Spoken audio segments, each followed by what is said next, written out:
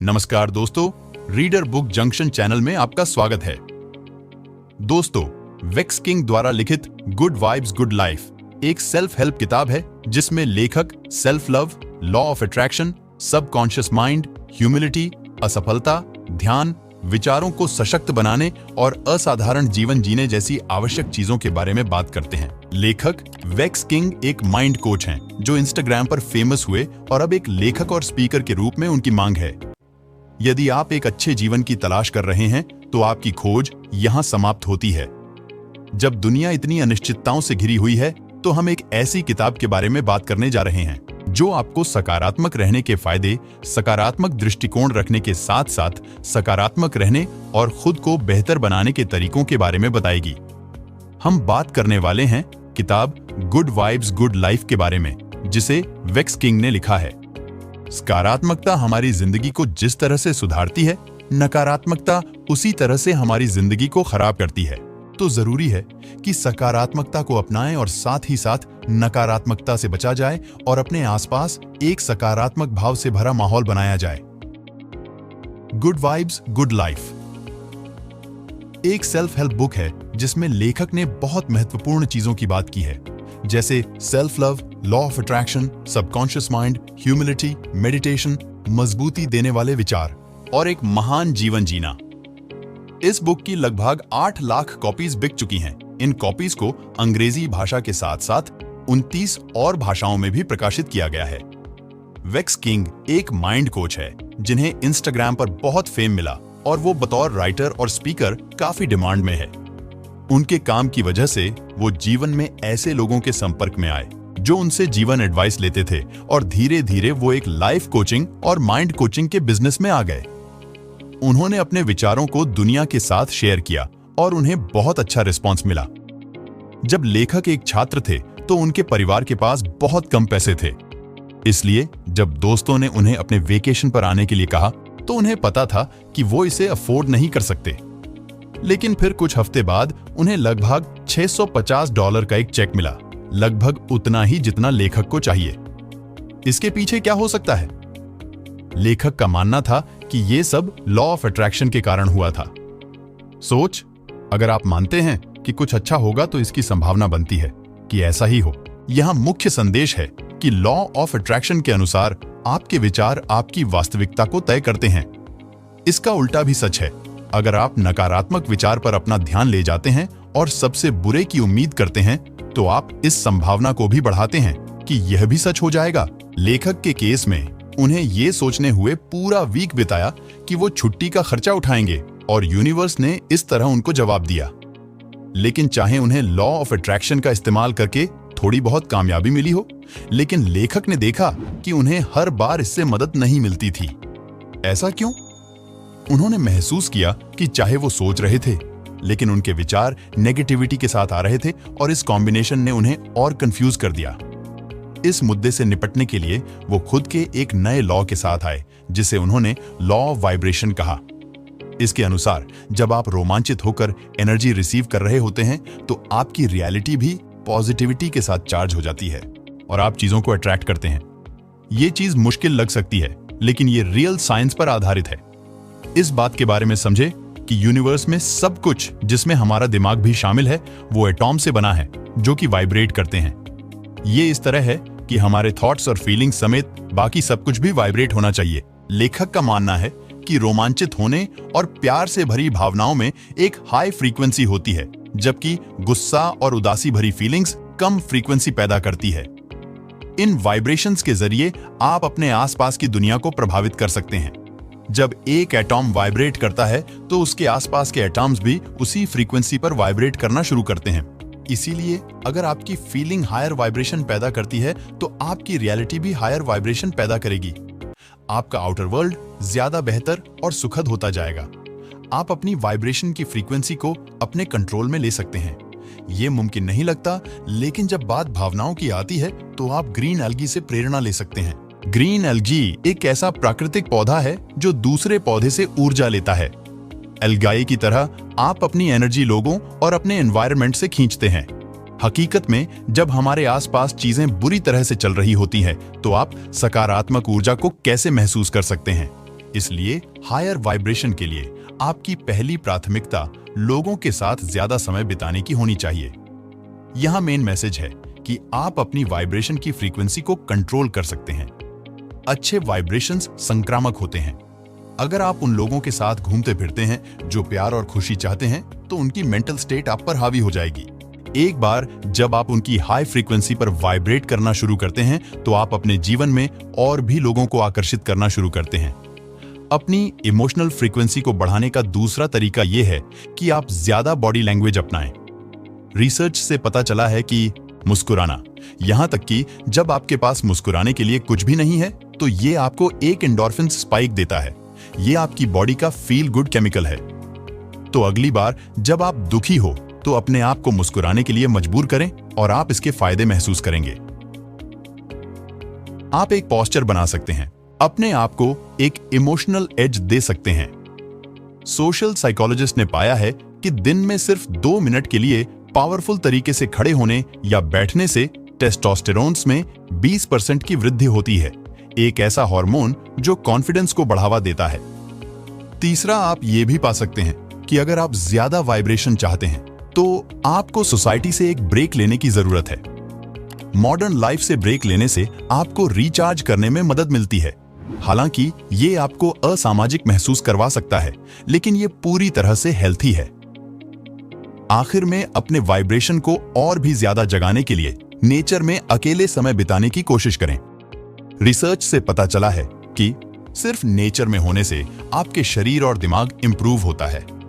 आप अपने काम को बागीचे में बैठकर कर सकते हैं या शायद अपने आसपास के पार्क में टहलने जा सकते हैं। इसके अलावा अगर ये धूप वाला दिन है, तो आपको और ज्यादा मौका मिलेगा, क्योंकि सूरज की किरणें आपको विटामिन और सेरोटोनिन देती हैं, 2 ऐसी चीजें जो आपके मूड को स्थिर रखती हैं। उच्च वाइब्रेशंस हमने देखा है कि कैसे लोगों के साथ वक्त बिताना आपकी वाइब्रेशंस को एक हाई लेवल तक ले जा सकता है और आपको खुद का सबसे अच्छा वर्जन बनने में मदद कर सकता है।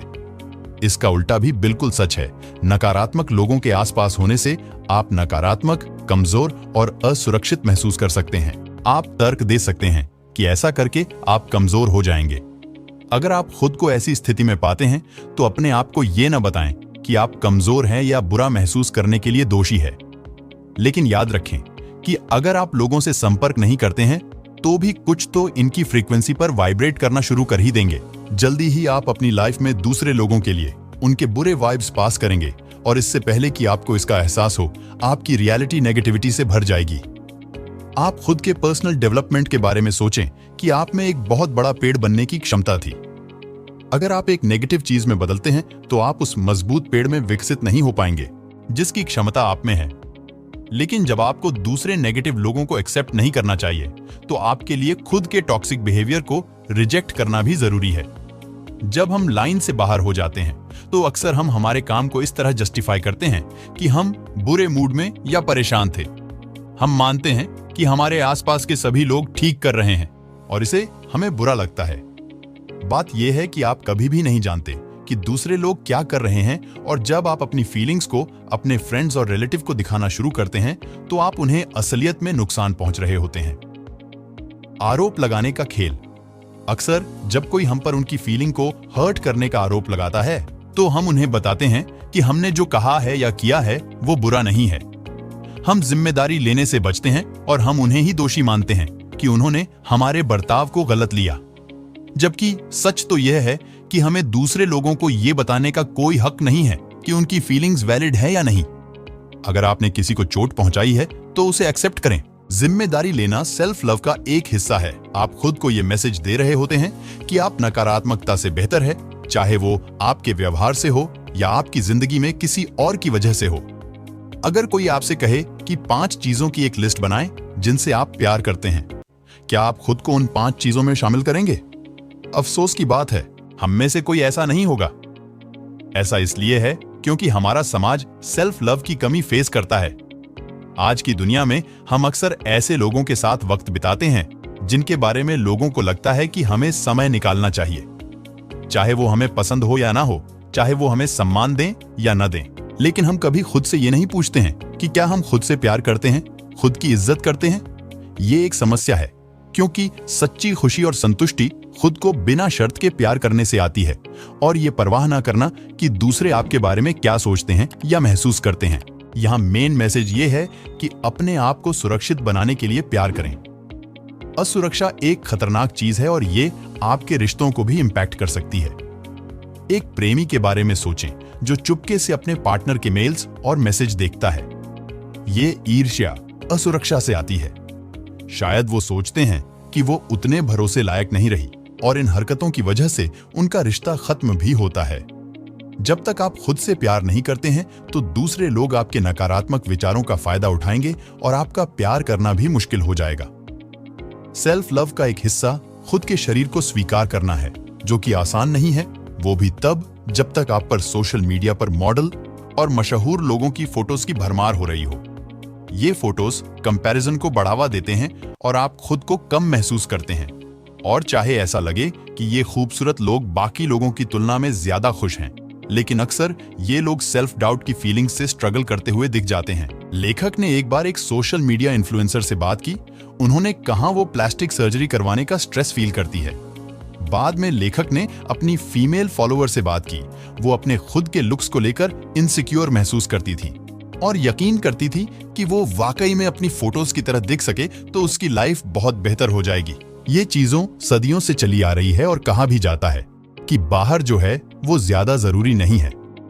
प्रेम हर जगह है। जो बात मैंने रखी है वो तुम्हारे पास सेल्फ लव का एक सॉलिड फाउंडेशन हो, ताकि आप अपने को उसी तरह स्वीकार कर सकें जैसे आप हैं। जीवन में या तो आप खुशी के बीज बो सकते हैं या नाखुशी की उम्र चुन सकते हैं। अपने आप से प्यार करना सीखना कि सब ठीक है और अच्छा है, लेकिन एक ऐसे मुकाम पर पहुंचने के लिए जहां आप अपनी जिंदगी बदल सकते हैं, आपको ये समझने की जरूरत है कि आपके पास वास्तव में दो दिमाग है, एक नहीं। आपका पहला माइंड कॉन्शियस है। ये सभी विचार, भावना और जानकारी को रखता है जिनसे आप जागरूक हैं। हमारा दूसरा माइंड सबकॉन्शियस माइंड है। ये सभी मान्यता को रखता है जो सरफेस के नीचे मौजूद है। अपने दिमाग को एक बगीचे की तरह इमेजिन करें तो आपका सबकॉन्शियस माइंड मिट्टी की तरह काम करता है, जो सतह के नीचे दबा है लेकिन बहुत जरूरी है। अगर ये मिट्टी सही नहीं है तो पैदा होने वाला प्लांट भी बेहतर नहीं होगा। मेन मैसेज यहाँ ये है कि जीवन में आप या तो खुशी के बीज बो सकते हैं या नाखुशी की जिंदगी चुन सकते हैं। आइए एक पल के लिए इमेजिन करते हैं कि आपके विश्वास आपके सबकॉन्शियस माइंड में जड़ें जमा लेता है। आपके पास या तो अच्छे वैल्यूज हैं या फिर बुरी, जो बदले में आपके लिए या तो एक खुशहाल बागीचे को बनाएंगे या फिर एक जहरीले बागीचे को। अपनी रियलिटी को बदलने के लिए आपको खराब बीज को बाहर निकालने की जरूरत है। अपने विश्वास के बारे में सोचें और खुद से पूछें कि वो कहां से आए हैं। जब लेखक ने अपने खुद के विश्वास तंत्र को जांचा है तो उन्होंने पाया कि लोग एक सर्टेन तरह से जीवन जीने के लिए प्रोग्राम्ड है।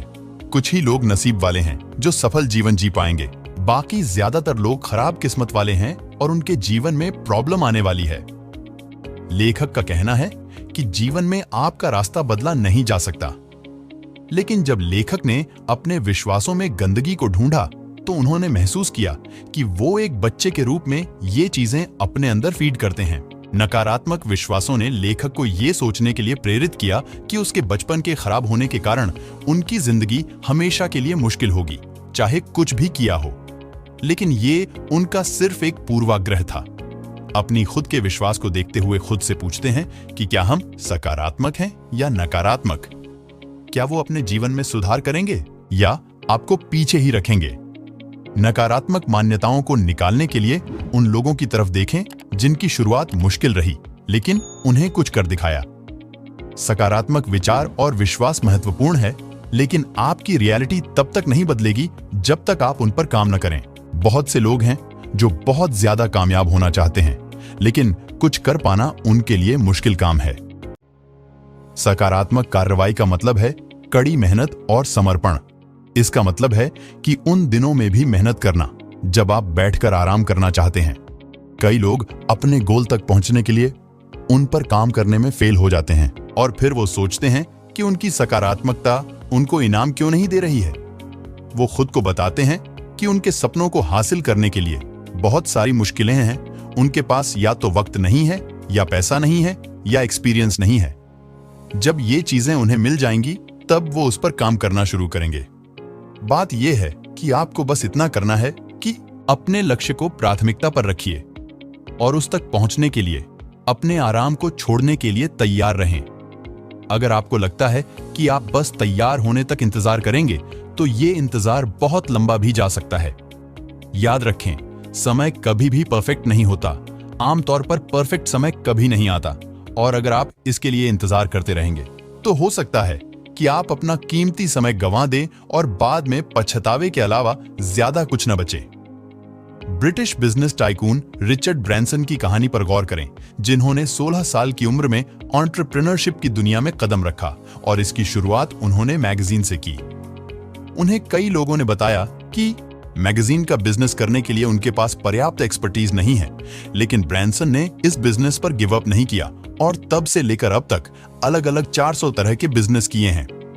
अंतर: जो सफल होते हैं और जो सफल नहीं होते हैं उनके बीच अक्सर एक ही चीज का अंतर होता है, वो ये कि सफल लोग अपने गोल की ओर काम करते रहते हैं, चाहे उन्हें ऐसा करने में तकलीफ आ रही हो। इसे ग्रिट कहते हैं। चाहे आप प्रेरित महसूस कर रहे हो या नहीं, आप अपनी स्लीव को रोल करते हैं और आगे बढ़ते रहते हैं। जैसे जैसे वक्त बीतता है, आपका ये लगातार किया गया प्रयास आपको सकारात्मक परिणाम देते हैं। शायद आप अपने लक्ष्य की ओर कदम उठाना चाहते हैं, लेकिन आप हमेशा ऐसा करने के लिए प्रेरणा नहीं ढूंढ सकते। इसे दूर करने का एक शानदार तरीका यह है कि आप अपने बड़े गोल को कई छोटे काम में तोड़ दें। मोटिवेशन में शामिल मेन केमिकल डोपामाइन है। हर बार जब आप कुछ हासिल करते हैं तो आपको एक डोपामाइन हिट मिलता है, जो आपको चलते रहने के लिए इंस्पायर करता है। अपनी बड़ी महत्वाकांक्षा को छोटे छोटे टुकड़ों में तोड़ लें। जब जब आप उन छोटे गोल तक पहुंचेंगे, तब तब आपको डोपामाइन हिट मिलेगा और आप लगातार काम करते रहने के लिए प्रेरित रहेंगे। आप ये कंट्रोल नहीं कर सकते हैं कि क्या होता है, लेकिन आप अपने रिएक्शन को कंट्रोल कर सकते हैं। रिचर्ड ब्रैंसन की तरह आप अपने काम को कंट्रोल करने और अपने गोल की तरफ सकारात्मक कदम उठा सकते हैं, लेकिन आप कभी भी अपने पास की दुनिया को पूरी तरह से कंट्रोल नहीं कर सकते। दुर्भाग्य से इसका मतलब यह है कि जीवन में कभी ना कभी हमें खराब एक्सपीरियंसेस मिलेंगे, लेकिन जब बेस्ट चीज होती है तो आप विक्टिम बनने से इनकार करके सेल्फ लव को प्रैक्टिस कर सकते हैं। खुद को एक विक्टिम की तरह न देखें, बल्कि खुद से प्यार करें। अच्छा बुरा सबके साथ होता है, लेकिन अगर आप विक्टिम माइंडसेट में फंस कर रह गए तो आपका सबकॉन्शियस माइंड आपको उसी तरफ ले जाएगा और वहां से वापसी करना बहुत मुश्किल होता है। ऐसा नहीं है कि आपको दुखी नहीं होना चाहिए, लेकिन आपके पास इस बात का ऑप्शन है कि आप किसी स्थिति को किस तरह देखते हैं। और जैसा कि हमने देखा है, आप जो भी चुनते हैं करते हैं, वो आपकी वाइब्रेशंस को इफेक्ट करता है और एज अ रिजल्ट ये आपकी रियलिटी को भी इंपैक्ट करेगा। अगर आप खुद को एक विक्टिम के रूप में देखना चुनते हैं तो आप हमेशा लो वाइब्रेट करेंगे। दूसरे शब्दों में, जिंदगी आपको एक विक्टिम की ही तरह रखेगी। दूसरी तरफ, अगर आप अपने खराब अनुभव को अपने व्यक्तिगत विकास के अवसर के रूप में देखते हैं तो आप हाई फ्रीक्वेंसी पर वाइब्रेट करेंगे और ज्यादा फ्रीक्वेंसी की एनर्जी को अपनी तरफ आकर्षित करेंगे। आप भविष्य में होने वाली बेहतर चीजों के लिए एक्साइटेड रहेंगे। बुरी चीजें अक्सर दुख देती हैं, लेकिन वो अक्सर आपको मजबूत ही बनाती है। याद रखें, जो भी चीज आपकी जान नहीं लेती वो आपको मजबूत ही बनाती है। खुद से कहें कि अगर कुछ बुरा हो भी रहा है तो मैं इसमें देखना चाहूंगा कि इसमें मेरे लिए क्या सीख है। अगर कुछ समस्याएं आई हैं तो उनसे ये नहीं कहें कि वो आपके जीवन में क्यों आई है, बल्कि उनका स्वागत करें और देखें कि उनसे आप क्या सीख सकते हैं। उन बातों को अपनी डायरी में नोट करें और समय मिलने पर उन्हें पढ़ें। आप अगर एक गलती को दोबारा नहीं करेंगे तो इससे ही आपकी एफिशिएंसी कहीं ज्यादा बढ़ जाएगी।